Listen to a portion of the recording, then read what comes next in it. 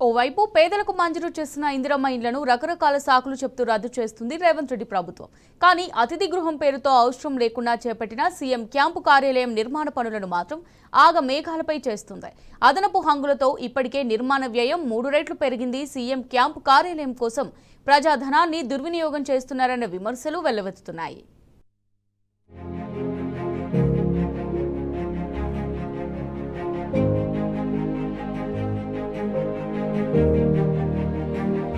అతిథి గృహం పేరుతో కోట్లు ఖర్చు పెట్టి సీఎం క్యాంపు కార్యాలయం నిర్మిస్తున్న రేవంత్ సర్కార్ ఒకవైపు నిధులు లేవంటూనే మరోవైపు అవసరం లేకపోయినా కోట్లు ఖర్చు పెట్టి ఆగమేఘాలపై ఆర్భాటంగా సీఎం క్యాంపు కార్యాలయం నిర్మాణ పనులు మొదలుపెట్టారు. సీఎంగా బాధ్యతలు చేపట్టిన కొత్తలో రేవంత్ రెడ్డి తన క్యాంపు కార్యాలయం కోసం వివిధ భవనాలను పరిశీలించి నచ్చకపోవడంతో ఎంసీఆర్ హెచ్ఆర్డీలో వీవీఐపీ అతిథి గృహం పేరుతో సరికొత్త భవనాన్ని నిర్మించాలని నిర్ణయం తీసుకున్నారు. అది సీఎం నివాసానికి అతి దగ్గరలో ఉండడంతో దాన్ని క్యాంపు కార్యాలయంగా ఉపయోగిస్తారనే ప్రచారం జరుగుతోంది.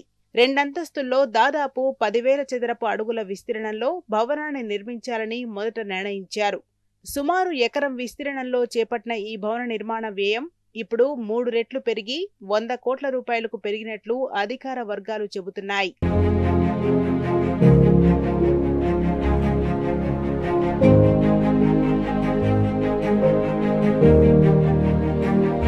ముఖ్యమంత్రి రేవంత్ క్యాంప్ ఆఫీస్ నిర్మాణం కోసం ఇప్పటికే మంజూరైన ఇందిరమ్మ ఇళ్లను సర్కార్ రద్దు చేస్తోంది. ఇందిరమ్మ ఇళ్లకు కేటాయించిన నిధులనే క్యాంప్ ఆఫీస్ నిర్మాణం కోసం మళ్లిస్తున్నారు. ఖజానాలో డబ్బులు లేకనే నిధులను మళ్లించినట్టు ఆర్థిక శాఖ చెబుతోంది. ఒకవైపు నిధులు లేవంటూనే కోట్లు ఖర్చు పెట్టి క్యాంప్ ఆఫీస్ నిర్మాణం అవసరమా అని ప్రజలు ప్రశ్నిస్తున్నారు.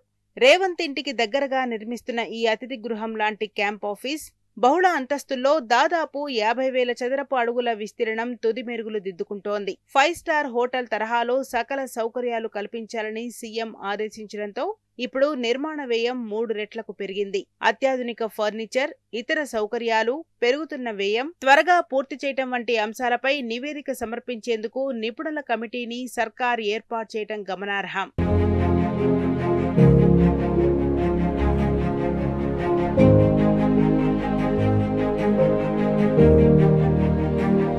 ప్రభుత్వ ఆధీనంలోని చాలా గెస్ట్ హౌజులు ఇప్పటికే నిరుపయోగంగా ఉన్నాయి.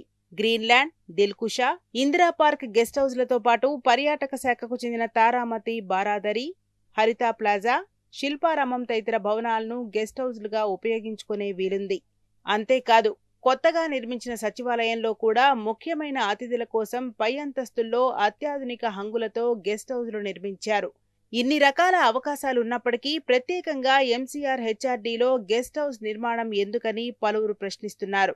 అవసరం లేకున్నా సీఎం క్యాంపు కార్యాలయం కోసం ప్రజాధనాన్ని దుర్వినియోగం చేస్తున్నారన్న విమర్శలు వెల్లువెత్తుతున్నాయి.